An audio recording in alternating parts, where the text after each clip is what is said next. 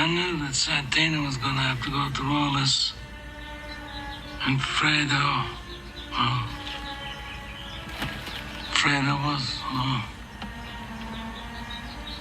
and I never wanted this for you.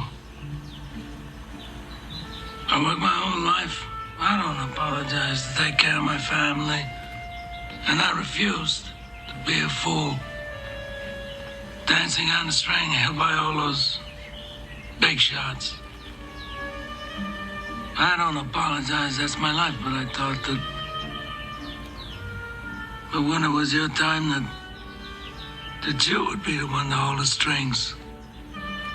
It's a symbol of power and manipulation, perfectly embodying the cold reality of the family business.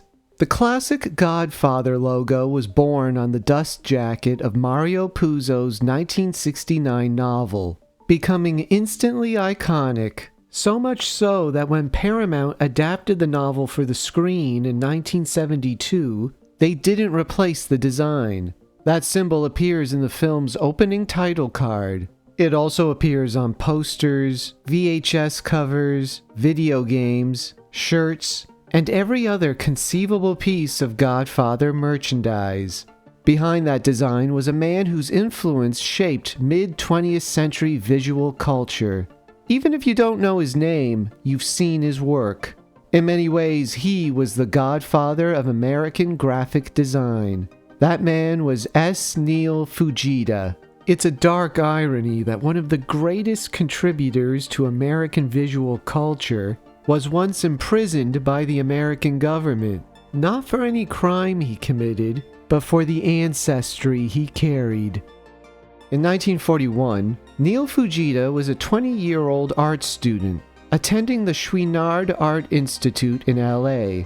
He was an American citizen, but following the attack on Pearl Harbor and the signing of Executive Order 9066, his life was uprooted. Fujita was one of more than 120,000 Japanese Americans forcibly relocated to internment camps. But even behind barbed wire, his creativity persisted. He became the art director for the camp newspaper, the Heart Mountain Sentinel, a weekly publication designed to maintain morale among the prisoners. In 1943, Fujita joined thousands of other second-generation Japanese Americans, fighting for a country that had only recently deprived them of their civil rights. He was part of the 442nd Regimental Combat Team, a unit that would fight its way into the history books as the most decorated force of its size to ever wear the American uniform.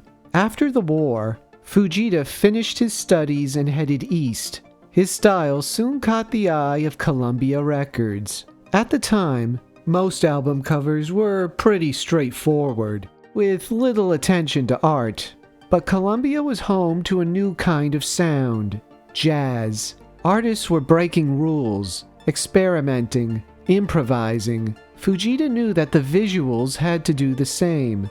He reimagined album covers as works of art in their own right. Fujita became one of the first designers to collaborate with painters, photographers, and illustrators. Many of the albums Fujita packaged are now considered among the greatest jazz recordings of the 20th century.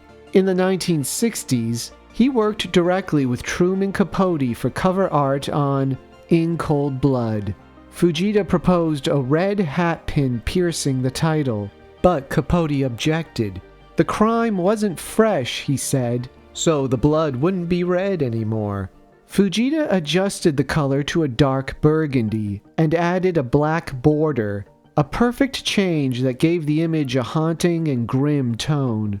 Fujita emphasized bold, singular images that didn't detract from the title or the author's name, which brings us to The Godfather.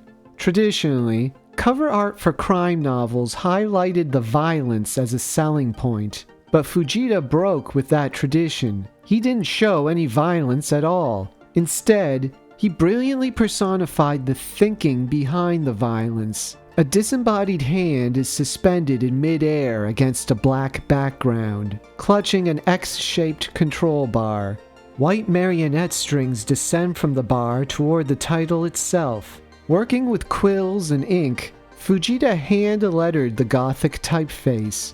If you look closely at the G, you'll notice it extends all the way across to the D, forming a sort of enclosed visual roof. Fujita intended for that roof to create a house for God.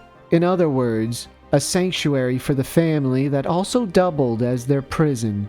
Fujita was a man who understood the value of his work. Just before The Godfather opened in 1972, he saw a massive billboard going up in Times Square.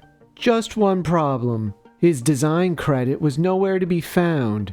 In a move that would make Vito Corleone proud, Fujita actually halted the installation. He made them stop work on the billboard until a proper agreement on his credit was reached. Neil Fujita died in 2010. He had plenty of time to see his Godfather logo explode across popular culture. His legacy extends far beyond that single image, but the Godfather logo may just be his most perfect.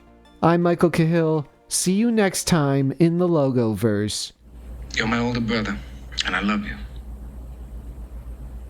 But don't ever take sides with anyone against the family again. Ever.